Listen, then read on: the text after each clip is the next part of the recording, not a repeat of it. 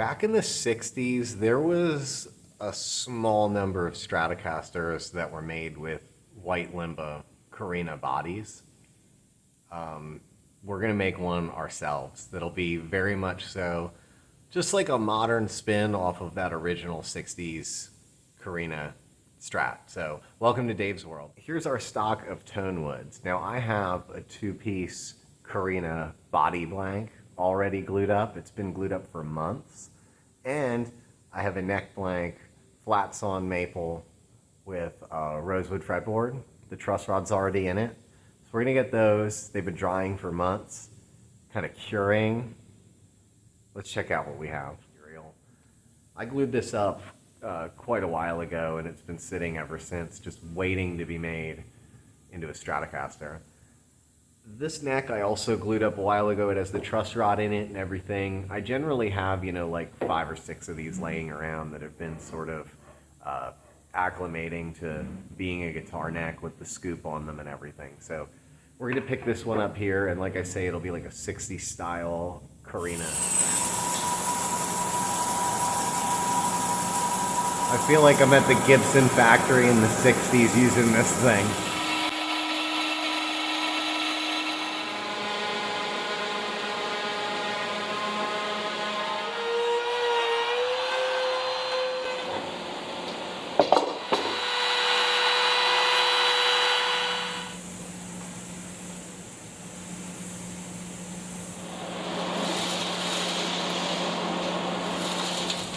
At this point, our Strat's pretty square, so we're gonna start routing and stuff like that. We've got a lot more routing, and we still have to do the contour. Plenty of wood chips.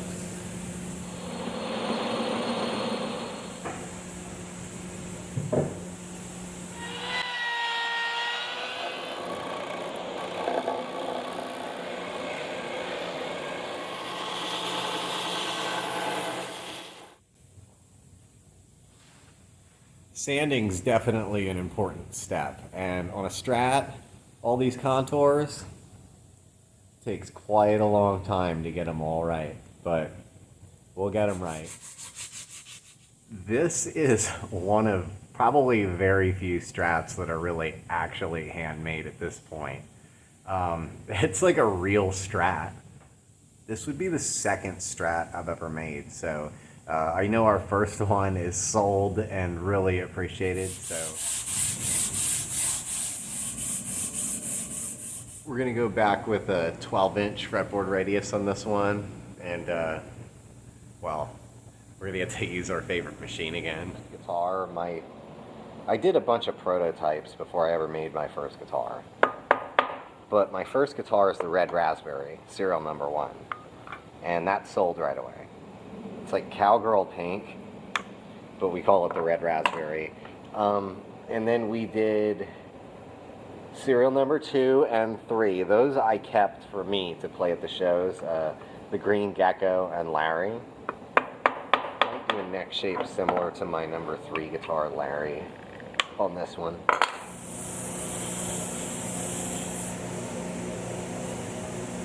So each key head is routed out the same, but they're too big. That way I have to sand them down, and they're all just a little bit unique. It's kind of cool.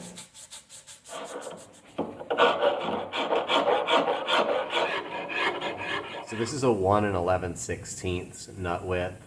If it was like a 1 5/8 with like a really big neck profile, it would probably feel like a blackguard, like a baseball bat style. So at this point, we don't have any holes drilled even for our bolts, but I just stick a big clamp on here, and just that 23 years of playing guitar comes in handy. So we have the back shape real crude, and I'll just kind of, guitars like that at home. I think I have like 8 Fender custom shop guitars, which is kind of crazy. But just playing expensive guitars for like 2 decades, it kind of just gets me to this point where I really, really am going for something, and this one's going to be really good.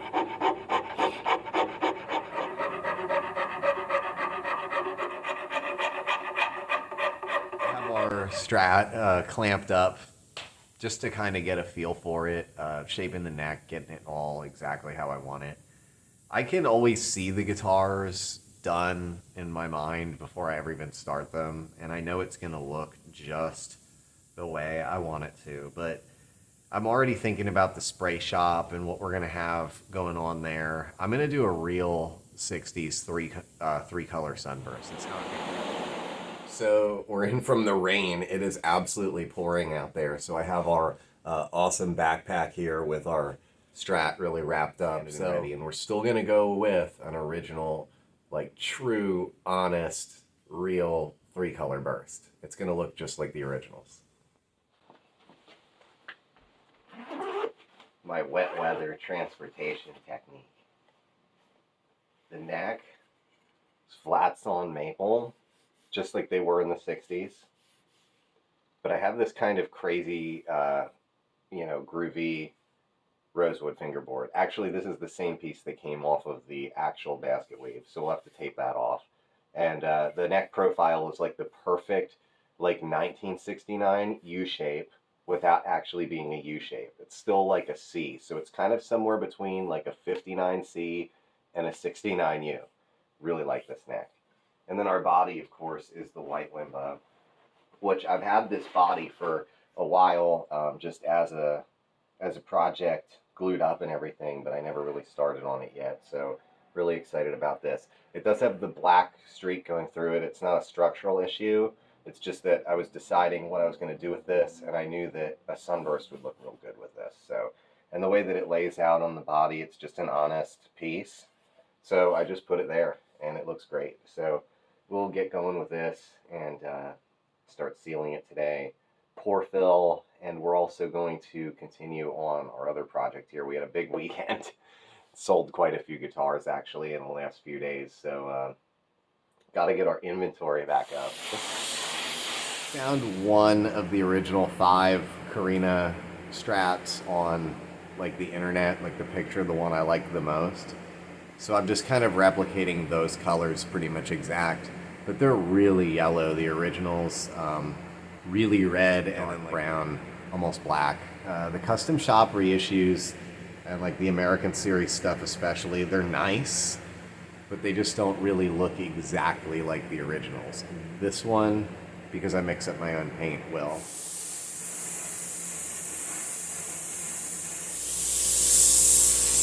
So if anybody can remember our first Strat, the Sassafras Special, I had it bursted with the stereotypical kind of like 2-tone 54 style burst. It was really, really that like sandy middle color with like a nice wide sunburst. So I still wanted to stick with the wide burst, but with the red and the yellow. So this actually does look really authentic, true to the 60s, and I'm really excited about it. I even left it like not red up here where the pickguard covers it, like the old Fenders.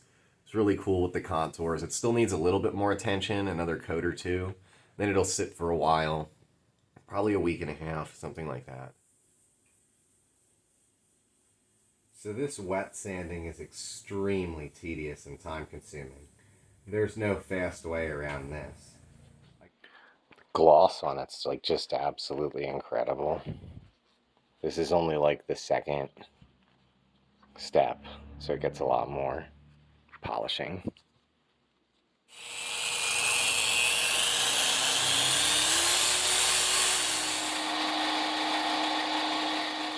So we're using all cloth wire because Eric Johnson does in his Strat, so figured we'd make a pretty big deal out of that. This is like Alnico 2 magnets, I believe. I don't know enough about pickups. They're supposed to sound warmer. We're gonna find out, but this guy makes freaking awesome pickups no matter what. So these pickups are like novelty factor. He has them so perfect. They capture all of like the classic Strat tones. It's almost like it's like a video game or like a computer when you just punch in like Sweet Home Alabama and it's just like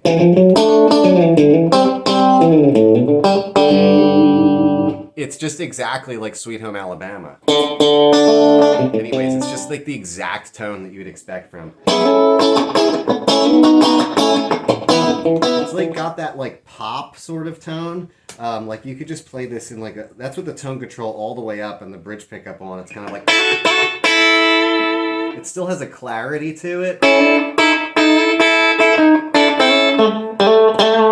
You roll down the tone control. I keep my tone for the bridge and the middle. For down here, it's always the same. You think it sounds thin, but then you put this on and it's no louder.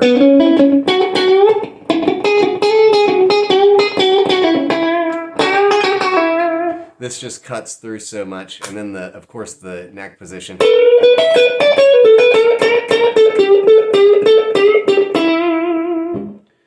And then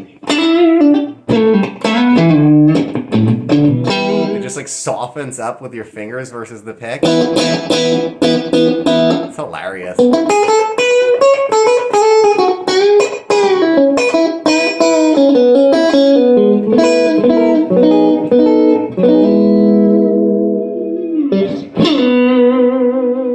Tons of sustain everywhere.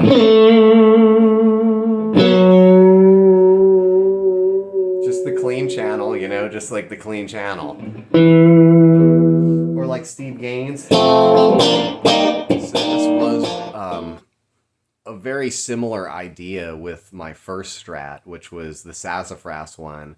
I made it like a 50s style, just like they did when they only made a handful of them out of sassafras in 1954. So I thought this would kind of be a nod to the limba ones they did. They only did supposedly 5 in Sunburst. And I did go with the regular flat sawn maple just to keep it kind of like 60s sort of original. The rosewood's a little wild on it, but it's just cool. But the limba body, I just really wanted it to look like a true 60s Sunburst with that really yellow and red.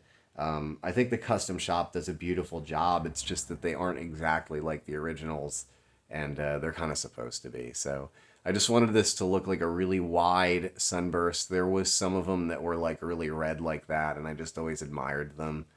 But this guitar is going to go on reverb.com like the rest of them. The link will be in the description.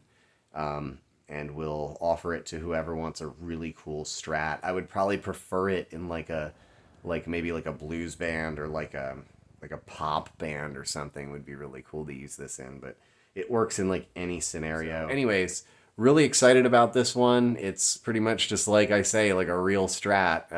I like that pick guard. I made that pick guard. We didn't make the knobs or the pickup covers or some things like that would be like really hard to do, but just about everything I could, I handmade on it, and I'm really proud of it. So thanks for visiting Dave's World. From my own collection of guitars here, Fender Custom Shop, 1964, 3-tone Sunburst Stratocaster. This guitar is sort of like more of like an orangey kind of thing. So that kind of looks more faded. This is more like they were. There was a picture of a real alder-bodied one with that really wide red ring around it. That's the guitar I sort of replicated at the finish, but that's a real Fender Custom Shop 60s 3-tone burst, and that's kind of more like how I think it should have been. So both cool, but you know. It's an interesting perspective to have when you kind of like back up and look at like the private stock and you see all like the raw wood and you think about how you get to this. It's quite a lot of fun to get it from the start to the finish. So definitely a lot of fun.